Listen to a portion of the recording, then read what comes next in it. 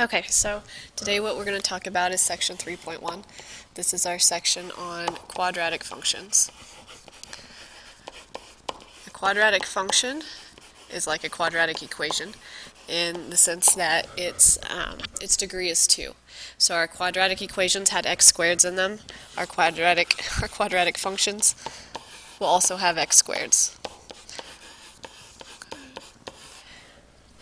Now, we've already talked about linear functions earlier on in the section, in the chapter. It was section 2.3. Our linear functions had degree 1. We had x to the first.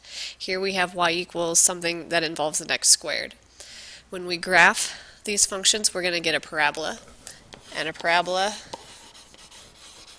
is something that will open, all of our parabolas will open either up or down.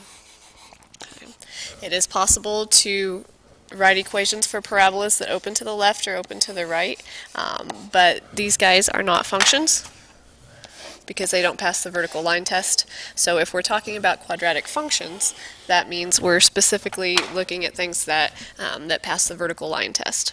So only opening up or down is all we'll worry about today. I'm also, at this point in the semester, going to cut our losses, and I'm not going to get into the meat of how we use completing the square to get these into a vertex formula so we can see where the vertex of the parabola is. The vertex is the point where the parabola turns around and goes back to where it came from. So it's either at the top or at the bottom in our case, and those are the only two situations we're going to look at. So even though this is the way most of our functions will be written down for us. Most of our equations will be given in this form. The form that we like to see them written in is a times the quantity x minus h squared plus k. Some books will call this standard form. I've looked through our book and our author doesn't really give it a special name, but the a here in this form is the same as the a up here in the earlier equation that I gave you. The h and the k, and this is something pretty common, you'll see this in the circle video that I make, but the h and k, those are the coordinates for the vertex.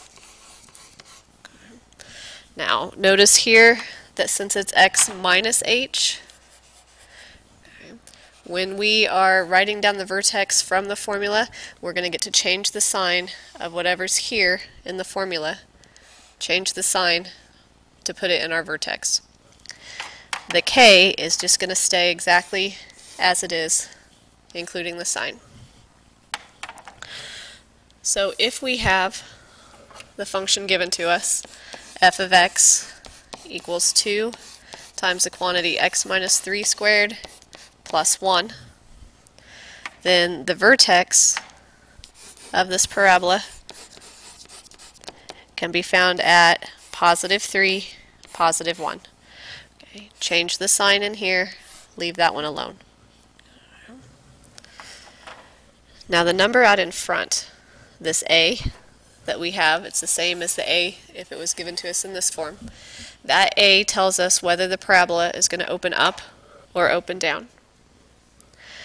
So if we have the formula given in either forms, a positive a tells me my parabola is going to open up, and a negative a tells me my parabola is going to open down. So for this example that we just had up above, 2 times the quantity x minus 3 squared plus 1, that because a is equal to positive 2, this parabola is going to open up. The vertex will be at the point 3, 1, and the vertex, and the parabola itself will open up. If you're asked to draw a sketch, and you will be on your homework and probably on your quiz and your test after break, a sketch is really what I need. I need to see, it doesn't have to be very detailed, but I do need to see that you know where the vertex is. Vertex is at 3, 1, and I need to see that you know it opens up. I'm not going to count you off if you cross the axis here and it's really supposed to cross down below or up above. I need to see your vertex in the right place, at the right ordered pair, right set of coordinates, and I need to see that it opens up or down in the correct direction. Okay. So let's look at one more. Let's say we have f of x equals negative times the quantity x plus 2 squared plus 5. The vertex of this parabola is going to happen at negative 2, positive 5. We switch the sign here and leave that one alone.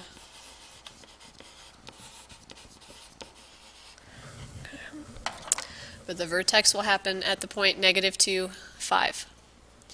Now since we have a negative out in front, this negative, which means the same thing as negative 1, that tells me that my parabola is going to open down.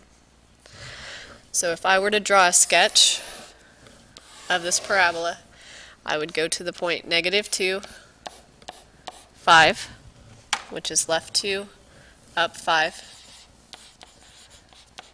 And the negative sign in front, our negative a, tells me it's going to open down. Again, I may or may not have this parabola as narrow or as wide as it should be. If I wanted it to be more specific, I could plot some points, pick some x's and find the y's.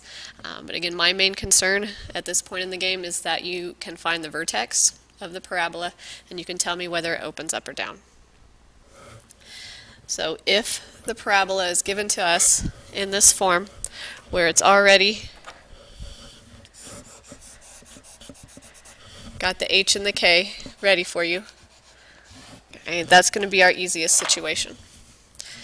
Now, if the parabola is given to us in this top form up here, ax squared plus bx plus c, then we have some work we have to do to get it from this green form up at the top to the blue form in the middle.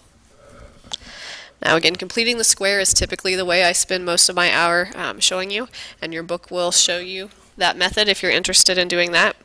But I'm going to skip the completing the square part, and I'm going to go straight to what I call the shortcut formula, which is something not everybody likes, but it is definitely shorter than going through all the other steps.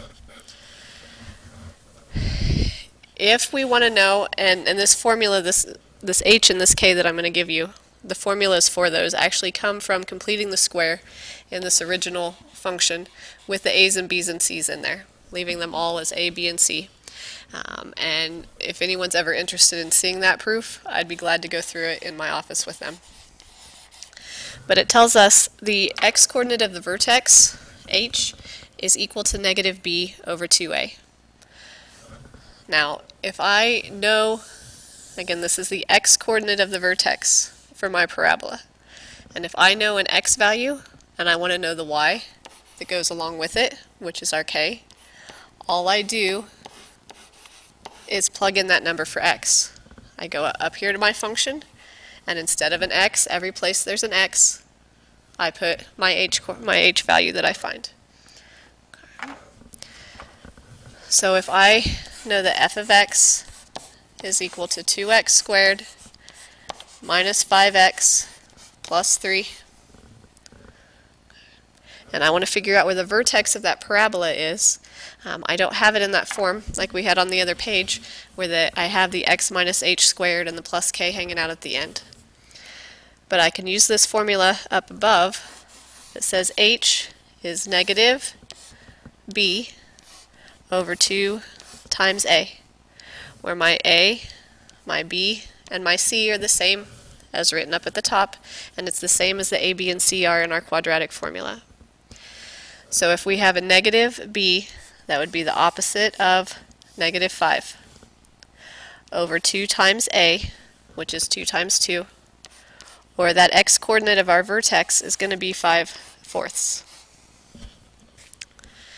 Now this isn't going to be a very pretty number, but if I know that 5/4 is my x value, and I need to find my y value, to figure out what y is, I go to my equation, I plug in 5/4 every place there's an x,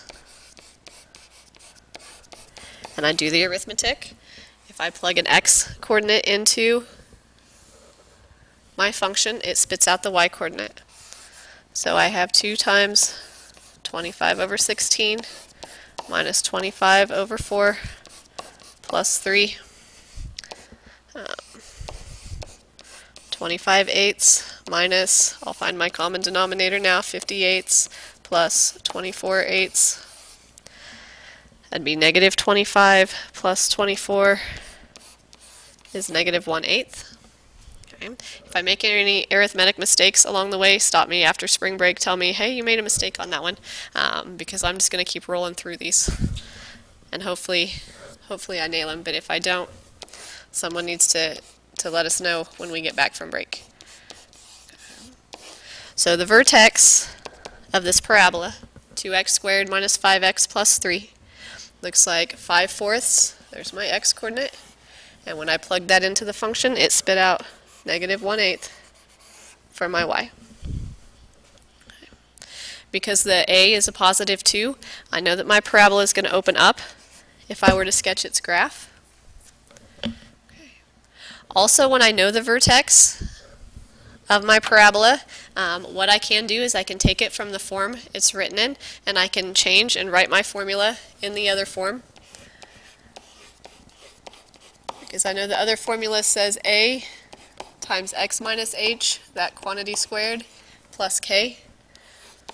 So I can now write it as 2, there's my a, times x minus 5/4, that quantity squared, plus negative 1/8.